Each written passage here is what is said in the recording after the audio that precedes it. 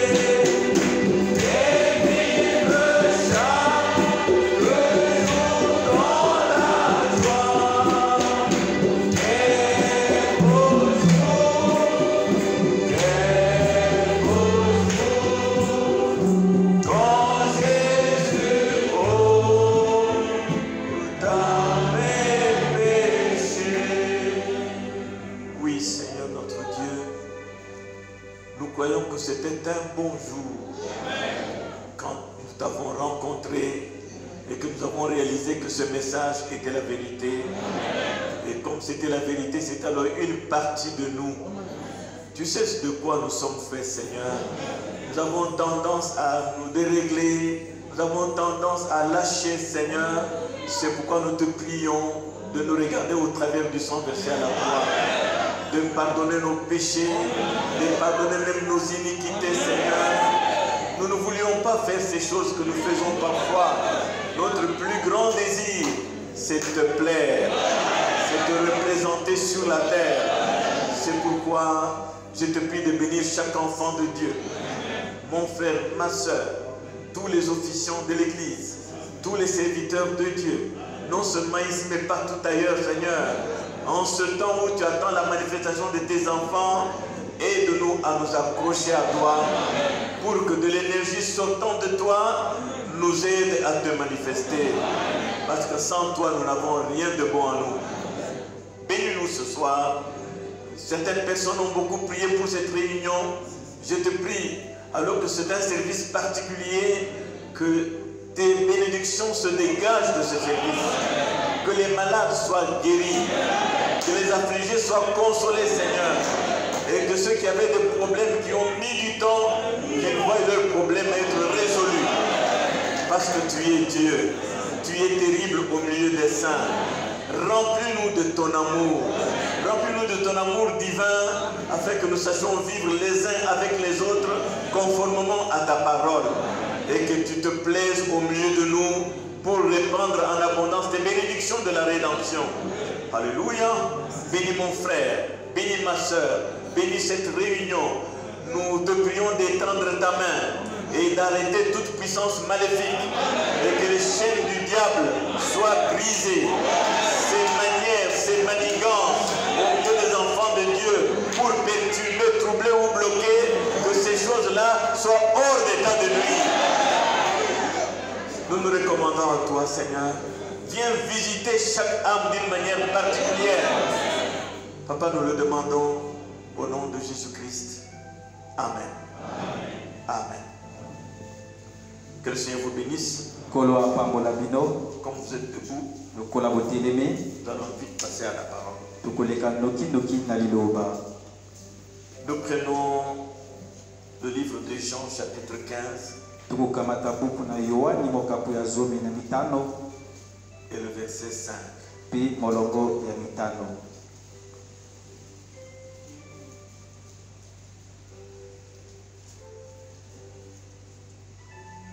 Je suis le cep et vous êtes les sarments.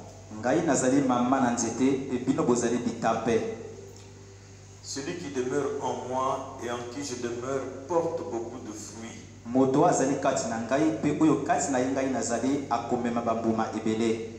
Car sans moi, vous ne pouvez rien faire.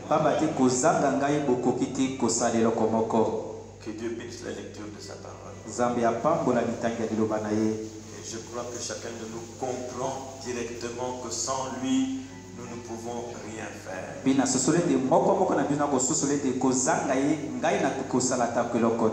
Sans lui, tu ne peux rien. Sans lui, je ne peux rien faire.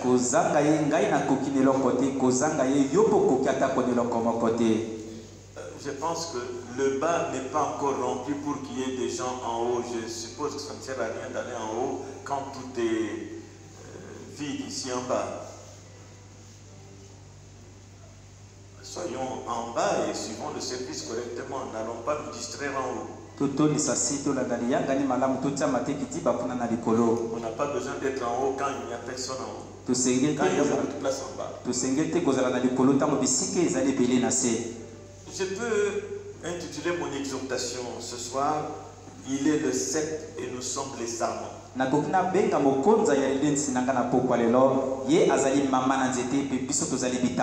Et si nous pouvons suivre ça avec attention et comprendre que nous sommes censés être vraiment les sarments attachés au cep.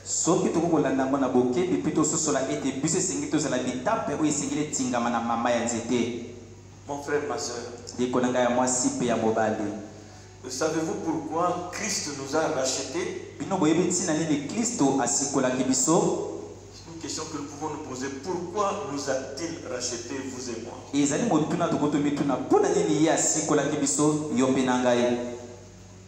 Il ne nous a pas seulement rachetés,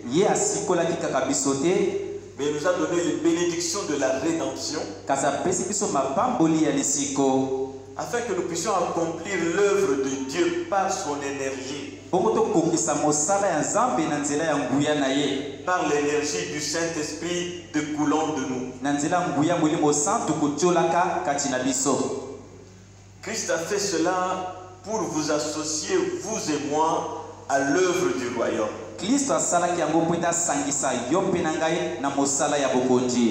Chacun de nous, nous sommes associés à la rédemption.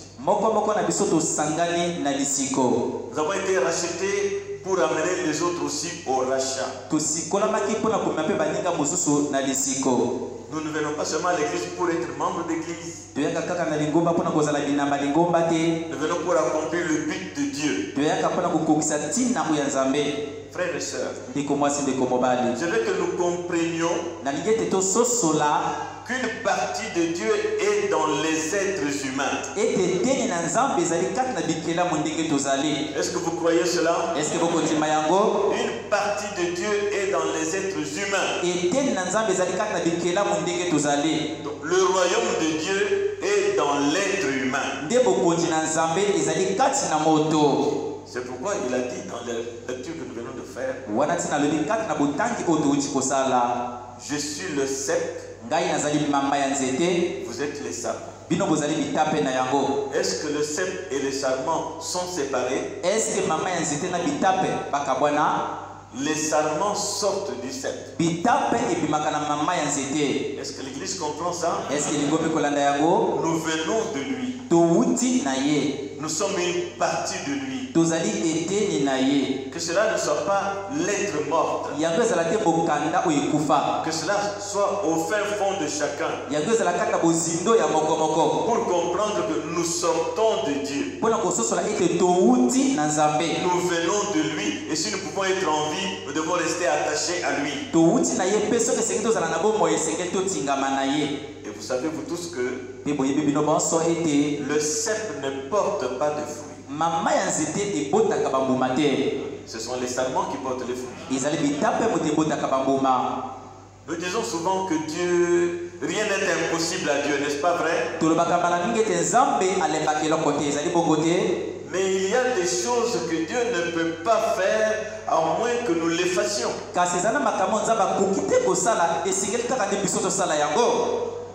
Je ne sais pas si l'Église comprend ça. En voyant l'image du cep et des sarments,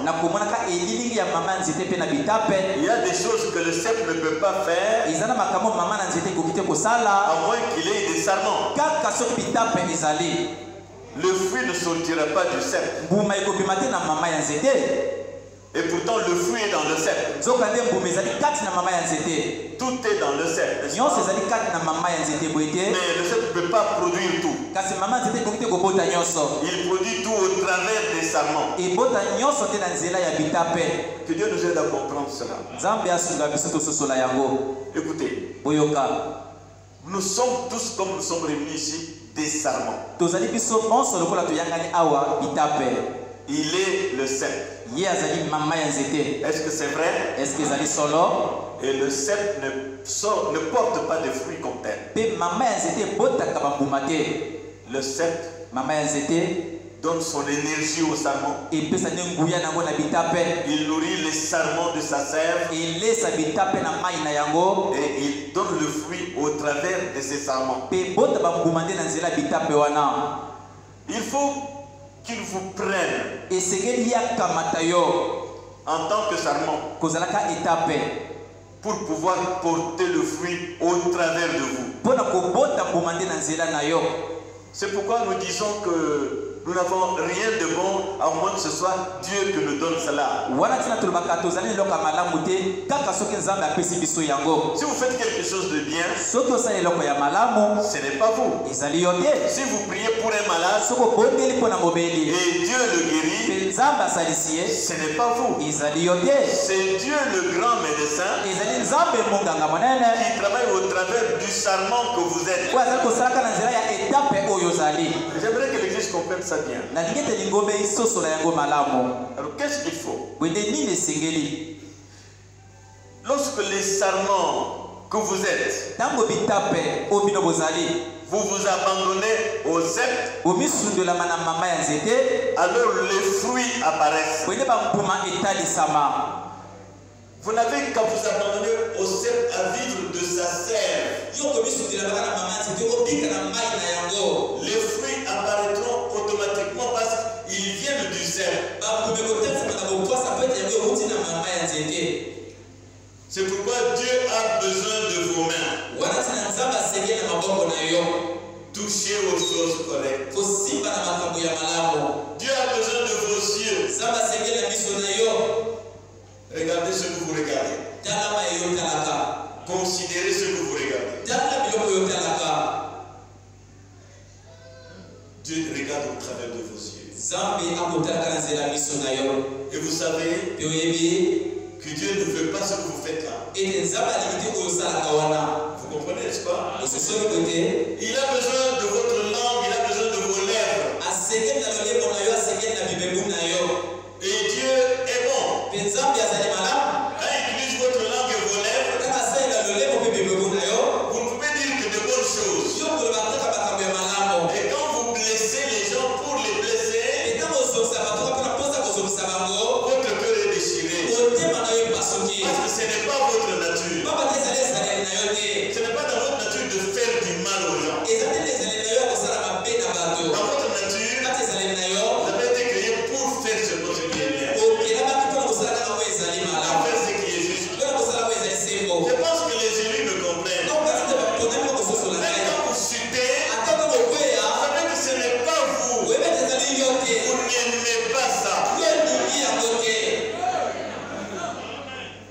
Parce que vous êtes un savant. La vie du sceptre ne peut pas manifester ce qu'il vous arrive de manifester. Vous n'aimez pas blesser, vous n'aimez pas insulter.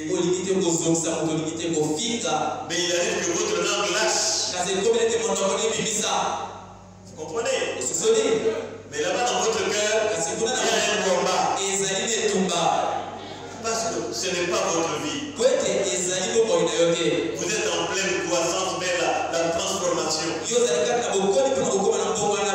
Dieu a besoin de vos oreilles. Qu'est-ce que vous écoutez? À quoi vous regardez? Si nous voulons plaire à Dieu dans tout notre être, les fruits du christianisme seront visibles sans aucun effort de notre part. Dieu a besoin de vos pieds. Il a besoin de tout votre être entier afin qu'il puisse porter du fruit par toi. Comme ça, quand les gens vous regardent, ça c'est un chrétien. Ça c'est une chrétienne. Parce qu'ils voient le fruit de Christ. Ils voient le fruit du sceptre au travers de vous. Oui. Avant il priait ici et là, mais depuis qu'il est parti à cet endroit là, on dirait que sa vie a changé.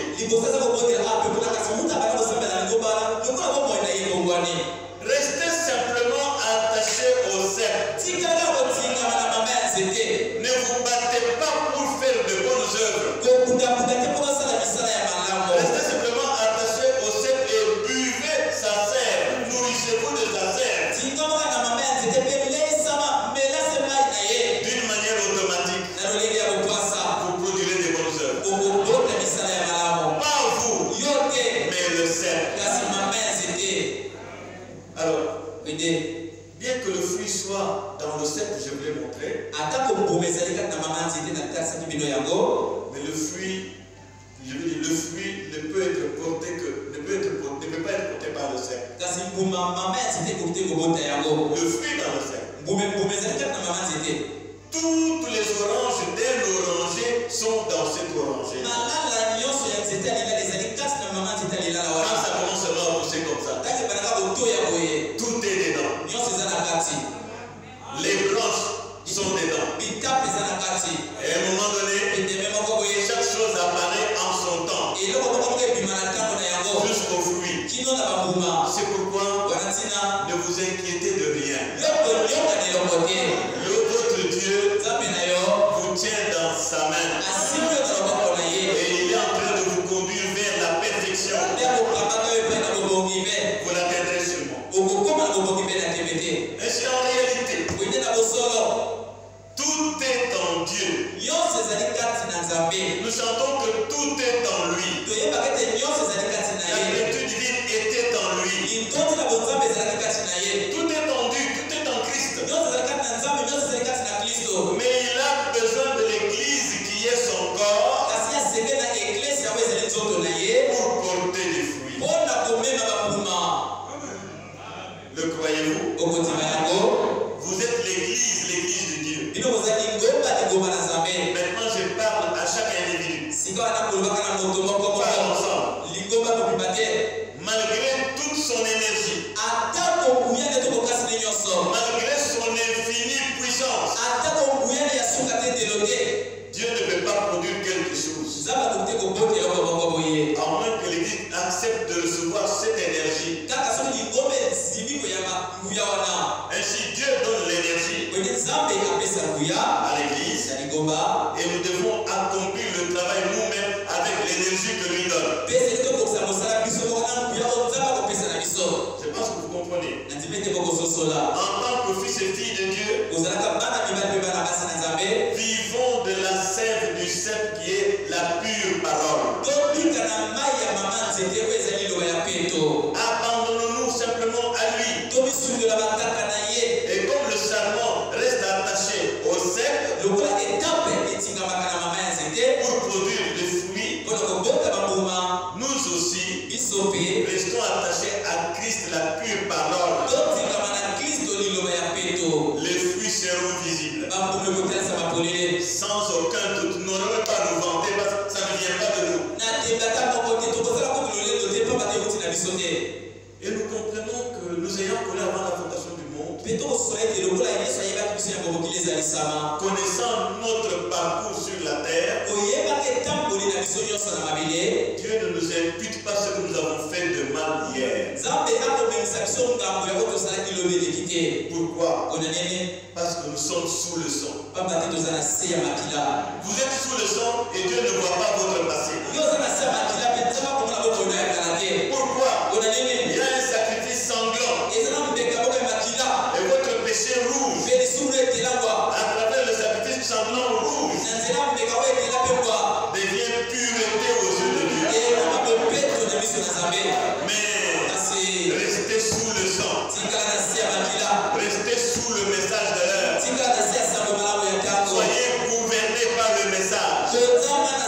Alors votre passé, aussi rouge qu'il puisse être, au travers du sang rouge, ça devient de la pureté. Et vous le sentez dans votre cœur.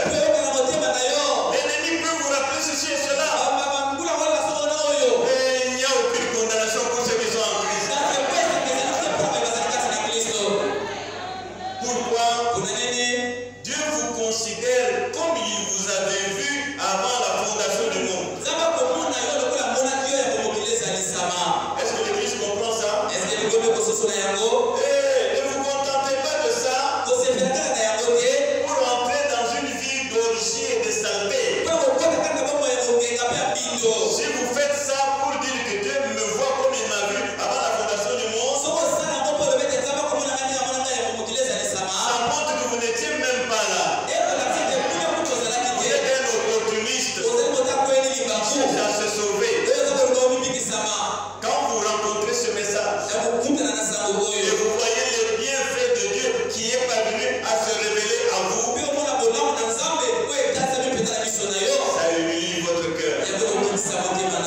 Dieu aide-moi. Aide-moi à marcher avec ce message. Alors mes amis, avant la fondation du monde, Dieu vous a vu. Il a pris votre nom, il l'a placé dans le livre de vie de l'agneau. Et personne ne peut l'ôter de là. Ainsi vous êtes aujourd'hui co-ouvriers avec Dieu dans son royaume. C'est pourquoi vous êtes le sarment, attaché au ciel pour porter ses fruits. Travailler avec Dieu. Dieu s'est associé à nous. Dans l'œuvre de la rédemption, il s'est associé à vous et moi. Est-ce que l'Église comprend ça? Nous sommes co-ouvriers avec Dieu dans son royaume. Laissez-moi vous dire, à cause de cela, vous êtes tous parfaits.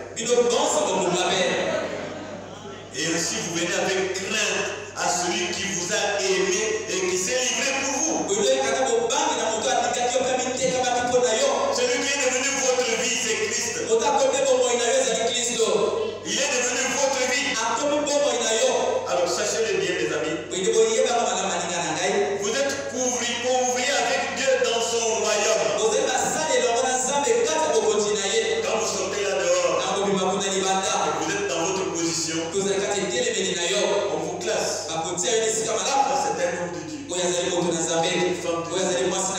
Quand les situations surgissent, vous essayez de réagir. Pas comme vous agissiez avant. Parce qu'aujourd'hui, vous êtes une nouvelle créature en Jésus-Christ. Vous êtes les sarments pour montrer les fruits du cercle. Alors, écoutez mes amis. J'aimerais que vous voyiez ceci. Et que vous le saisissiez correctement. Christ a ramené le royaume de Dieu au niveau le plus bas.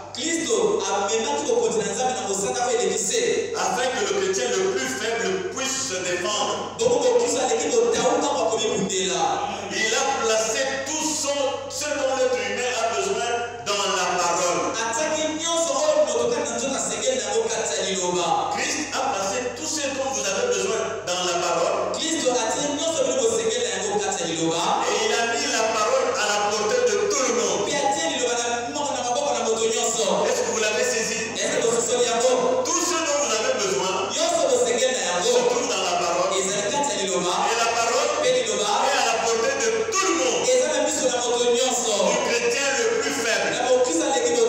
Chacun a la parole à sa portée. Maintenant comprenez. Regardez la vie de Jésus lui-même. Quand il était ici sur la terre, il était Dieu.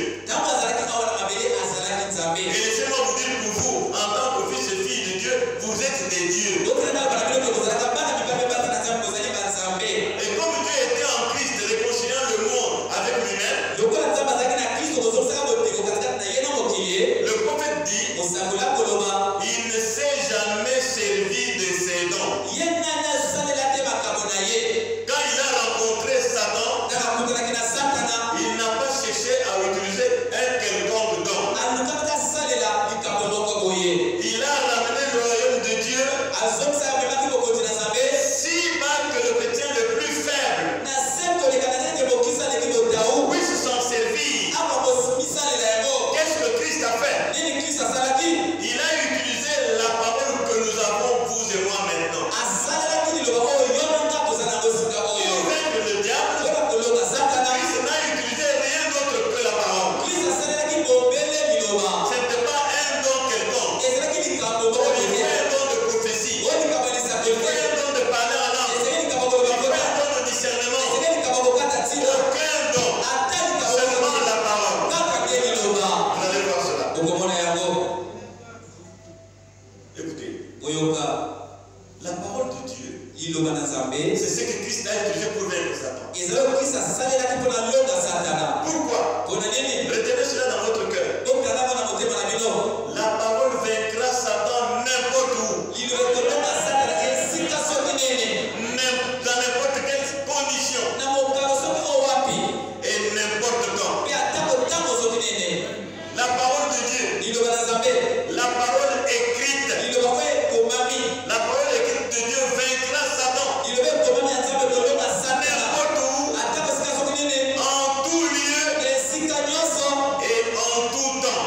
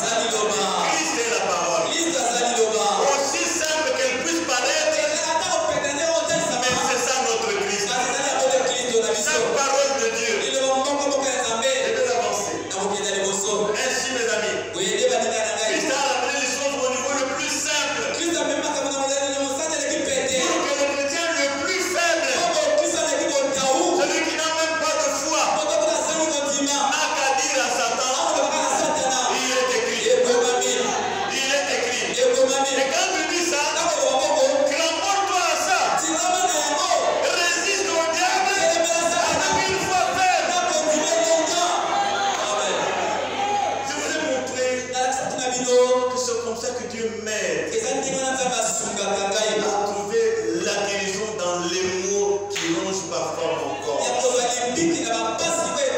Je refuse la maladie. Je ne le fais pas. Ça me ronge, je dis, je ne crois pas. J'oublie. Et après, ça s'en va.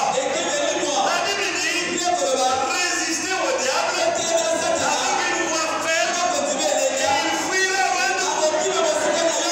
C'est écrit. C'est écrit, non? C'est écrit. Il est écrit. C'est là où réside notre puissance. Et si tout le monde n'a pas de don, vous n'avez pas cherché les dons. Le plus grand don qui est au monde, c'est Christ la parole. Il est écrit. Il ne s'agit pas d'avoir tel ou tel grand don. La prophétie, le parler en langue, le don de guérison. Il ne s'agit pas d'être un puissant prédicateur. Il ne s'agit que de s'en tenir à ce qui est écrit. Il est écrit et c'est tout. Peux-tu prendre ça maintenant? Peux-tu t'approcher à il est écrit maintenant? Dans le cas qui te concerne maintenant. Est-ce que tu peux t'approcher à il est écrit? Je vous rappelle quelque part. Même quelque part dans lequel il est écrit. Et dans ton cas maintenant, dis cela à Satan. Premièrement, il est écrit que tout ce que vous demanderez en priant, croyez que vous l'avez reçu et vous le verrez s'accomplir. Est-ce que tu peux prendre ça? Dis-lui, il est écrit que tout ce que vous demanderez en priant, croyez que vous l'avez reçu et vous le verrez s'accomplir. Dis-lui, je vais prier maintenant. Je vais prier maintenant pour ce cas qui m'afflige. Satan, cette affaire est terminée. C'est ce qui est écrit. Tout ce que je demanderai, Dieu me l'accordera. Cela est écrit. Satan ne m'agace plus, c'est fini. Si vous êtes malade, quelle que soit la maladie, dis-lui ceci. Il est écrit. Par ses meurtrissures, n'a-t-il pas été meurtri pour toi? C'est ça ta guérison. Dis-lui, mon frère, ma soeur. Il est écrit que vous chasserez les mauvais esprits en mon nom. Qui va chasser? Chaque croyant. Toi, tu as le pouvoir de chasser. Tu as le pouvoir de chasser. Frères, sœurs, chacun de nous a ce pouvoir-là. Croyez cela en tant que serment. C'est ce qui est écrit. Ça va se produire. Il est écrit. Il n'y aura ni femme qui avorte, ni femme stérile. Peu importe ce que le diable te montre, accroche-toi à ça. Accroche-toi à ça. Ne cherche pas des exemples à gauche, à droite. Accroche-toi à ce qui est écrit. Regarde le diable en face. Cela est écrit dans la Bible. Et moi, je le crois. Tu es assailli des ennemis la nuit comme le jour. Tu ne dors pas. C'est parce que tu ignores qu'il est écrit. Tu ignores ce qui est écrit. Il est écrit. Je serai l'ennemi de tes ennemis. L'adversaire de tes adversaires. Voyez-vous cela? Quand tu te réveilles la nuit, en train de respirer, n'aie pas peur. Parce qu'il est écrit, ne crains rien.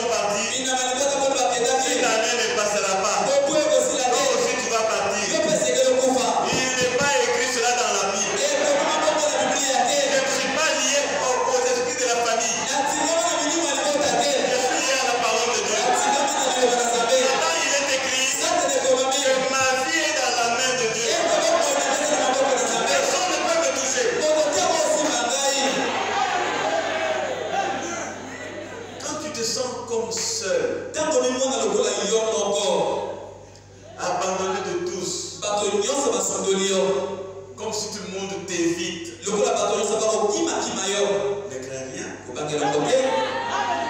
Satan te met dans cette condition pour te stresser, te remplir de soucis, et en fin de compte, faire de toi son prisonnier. Relève la tête.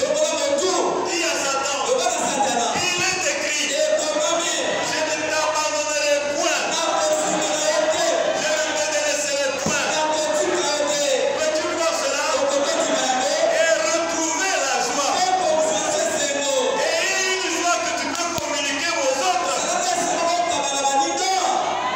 Oui, oui. Chrétien, fils et fille de Dieu. Et avoir la joie et le pouvoir transmettre aux autres.